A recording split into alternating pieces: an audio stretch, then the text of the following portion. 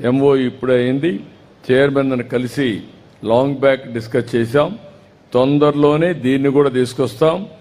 ఇలాంటి ఆర్గనైజేషన్ ఇప్పుడు మీరు చూశారు. ఏబిఐఎస్ పౌల్ట్రీకి వచ్చారు, డైరీ ముందుకు పోతా ఉంది. మదర్ డైరీ వచ్చి ఫ్రూట్స్ కోసం వచ్చారు.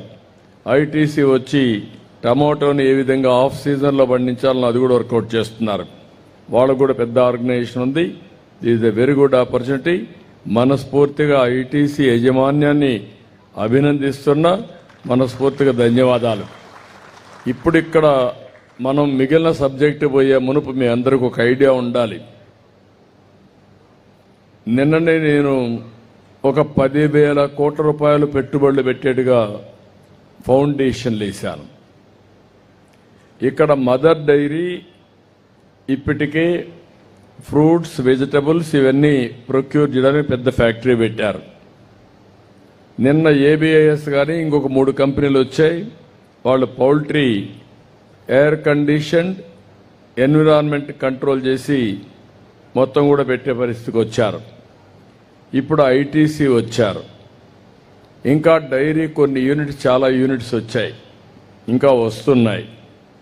ఇక్కడ నిన్న మొన్న మీరు ఒకసారి చూస్తే నేను రాయలసీమలో ఇప్పటికే దేశంలో నెంబర్ 1 మనం హార్టికల్చర్ క్రాప్స్ దేశంలో ఉత్పత్తి చేసే రాష్ట్రాల్లో నెంబర్ 1 ఆంధ్రప్రదేశ్, అది కూడా రాయలసీమ నుంచి ఎక్కువ వస్తుంది. ఇప్పుడు నీళ్లు కూడా వచ్చాయి.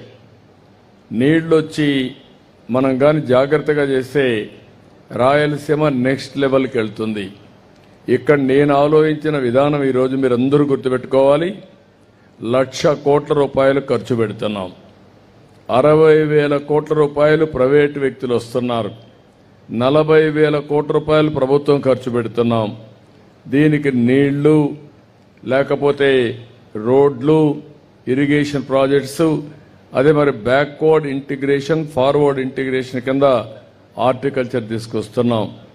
ఇవి కూడా ప్రపంచమంతా ఏ పంటలకు డిమాండ్ ఉంటే ఆ పంటలు వేస్తాం. కొన్ని లాంగ్ టెన్యూర్ 5 ఏళ్ళు 6 ఏళ్ళు ఉంటాయి.